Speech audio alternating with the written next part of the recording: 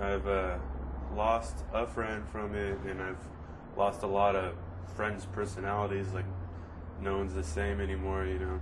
Like, the connection we used to have, we don't share no more because everybody's just doing their own thing, trying to hustle and grind, you know, to feed their habit. What happened? You lost a friend? What happened?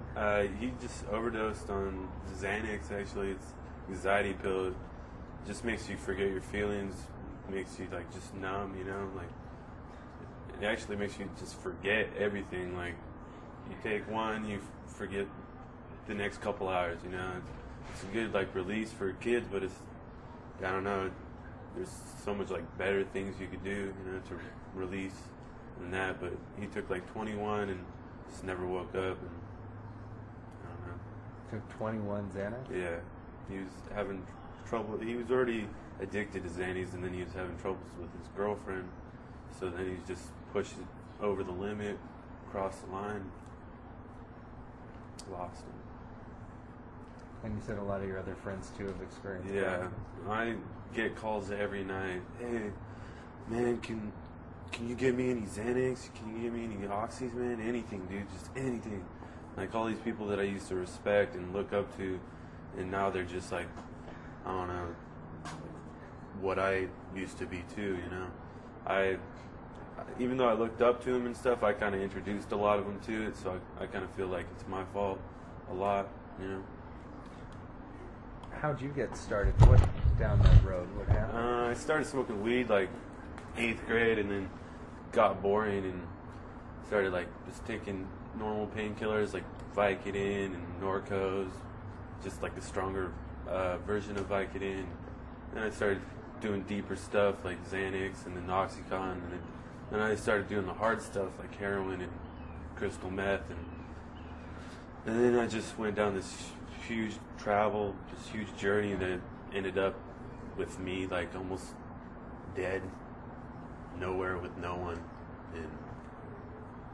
and I finally opened my eyes, you know. Where'd you get it? All this stuff? Everybody, really. You can find it once you meet somebody that's into that stuff. You get introduced to the lifestyle. You get introduced to all these people. You know, to this day, even though I'm against it, I could probably find every name under the sun that if you want it, I could probably get it, and that's bad, really bad. Do you think most of it comes to Co? Is it coming from parents? Is it coming from kids themselves just getting prescribed? Where is it coming from? I think the younger addicts are consuming the ones from Mexico, you know, because that's the only place they can find it. But I think the older ones are bulk, you know. I think either, you know, underground like pharmacists in like around here, or, you know, like their grandparents are just stealing, you know. Or when we first started, it was usually like, oh, dude, you should take like that extra bottle from grandma or whatever, you know. But now it's getting bigger, larger amounts. The price is going up. The demand is getting higher. More people is just fall into the addiction. It's going to be worse than street drugs, you know. It's the new street drug. Do you think a lot of people are serious addicts, or do you think a lot of people do it from time to time and then kind of it just gets worse? What do you? I think you just enjoy it so much that your day is not complete without it. You know, you like I don't care if I'm like at Six Flags, Magic Mountain, having the day of my life.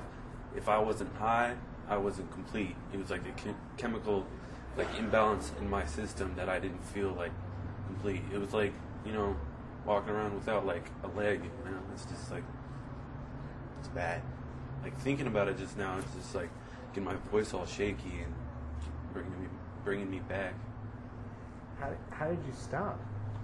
I started doing just super hard drugs, like real drugs, not prescription drugs.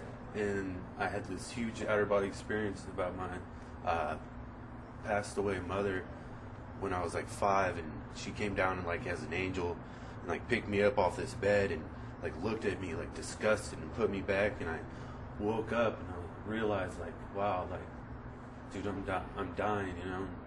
So like I beat up my dealer and just dipped out, and I walked straight for a little bit, and then I started doing prescriptions again because I didn't want to get back to like the hard stuff. I thought I was strong enough, you know, but it just got worse, you know. Every day was just like a struggle to get high on something, you know, like not remember like a full weekend, you know, not remember like what happened over the weekend or the week. Like wake up with a girlfriend that you don't even know, that you've supposedly been dating for 4 days, you know? It's just like, I don't know.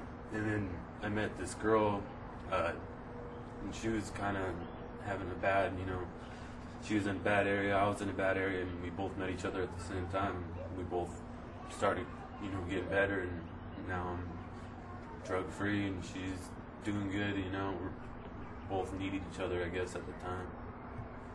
So what's your message to people that maybe think it's not there you go. Not a big problem, or not a big deal, or not a big deal to just get you through studying or something like that? It's like, that's what we all think when you first start, you know. It's just one, you know. It's just one night, it's just one memory. It's just, you know. But then, like, you know, just think you could all lose it just with one of those nights or memories or whatever, you know. And even if you don't lose it like completely, just, you know, cut off, you will lose it at the end, you know. It's just you know, it's like a plane ride, and the destination is, you know, a mountain, you know. Like, you're gonna crash at the end or you're gonna crash in the beginning. Like, no matter what, it's a lose-lose situation.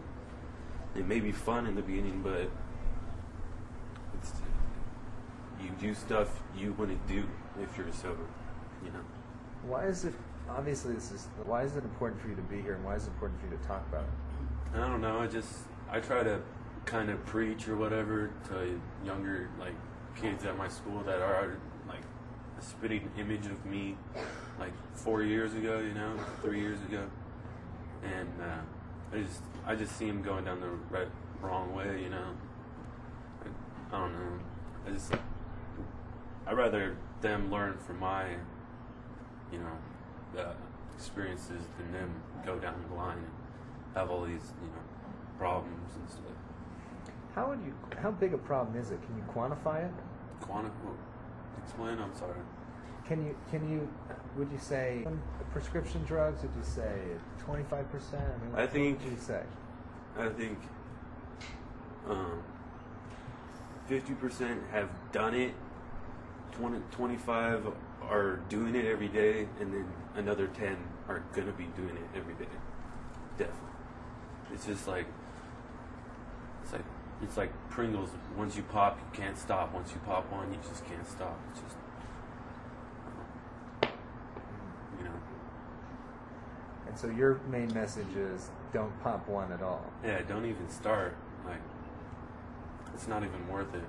No matter how good of a night or whatever it was, it's not worth it, you know. Anything else that you want to add, or anything else that you want to say? I don't know, I'm kind of praying for my friends, my old friends, you know, that are almost crashing, you know, almost hitting rock bottom.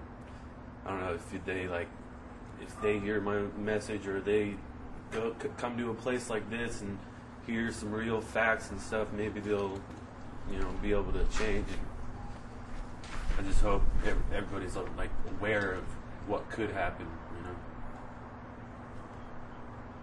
Well, thank you. Did you have to like physically separate yourself from those friends? Yeah, I did in that culture, and like a lot of people you don't hang out with now, and lost a lot of friends. Yeah, they called me names. They, you know, looked down at me like, "Oh, dude, you're whatever, weenie," you know, like whatever, dude. You know, don't hang out with us no more. But it's something I had to do, and I still run into them, and they're like, "Dude, when are you coming back to me, man? When are you coming back?" You know, and I say, "Dude, like, why am I gonna straighten up my life and then just to rearrange it to unstraighten it? It's just doesn't make sense." Well, we thank you for your bravery and honesty and candidness, and I think it your story will be able to help other people. All right, Yeah, cool. you should Appreciate we share your message.